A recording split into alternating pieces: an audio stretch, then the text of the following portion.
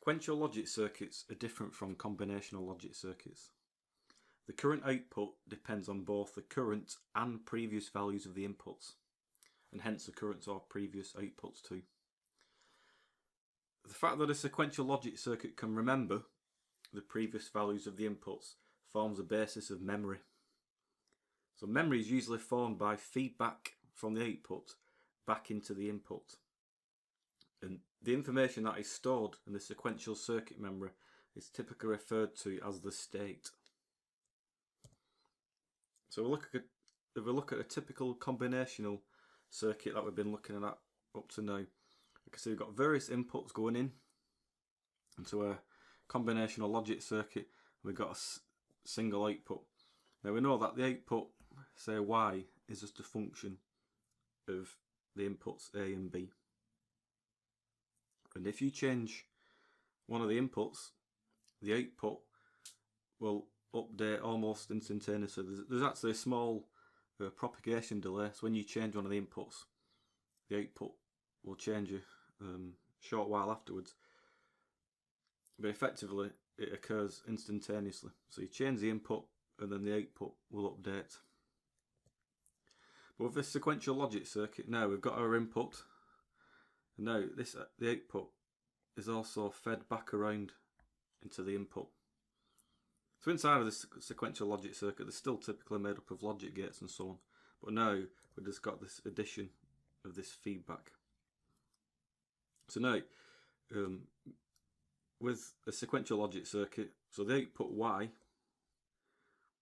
is actually, so the output Y at time step T is actually a function of the inputs A and B in the previous time step plus the previous output as well.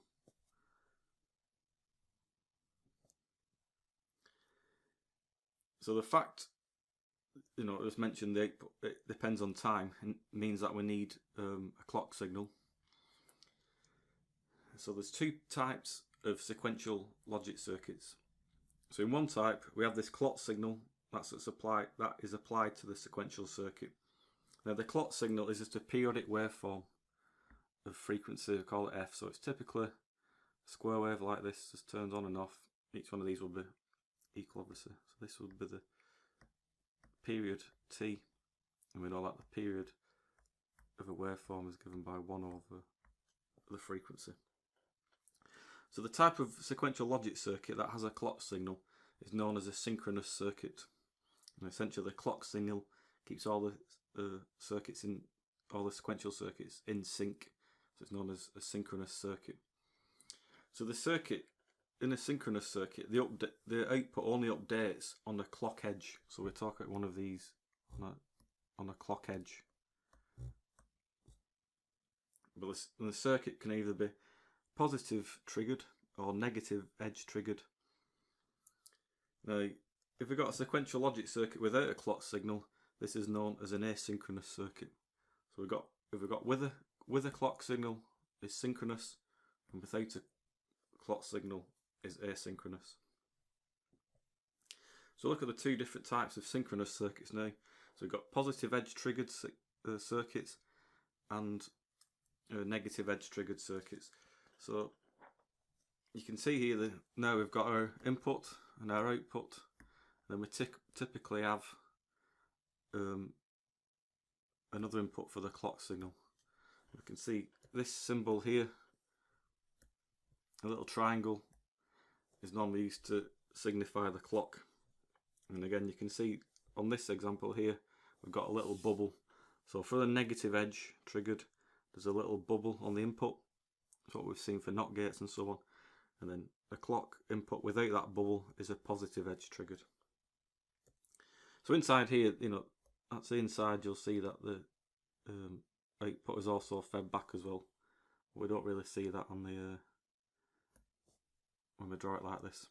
So for a positive edge triggered circuit, that means that the output will only update when the clock signal, so this clock is applied to this input here, and it's only when this clock goes from, say, 0 up to 1, so we get this positive gradient here, that the output will then read the input and update accordingly. So the output only updates on this positive, on these positive edges here. So nothing happens during this on the negative edge or along this period.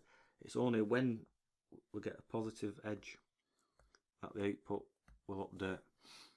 And essentially it's the same for a negative edge trigger, so you can kind of almost imagine it's just delayed by half a clock cycle. So now rather than updated, so again this is applied to this clock input here, but it's only when we've got this negative edge here, so negative gradient on this clock signal, that the output will update.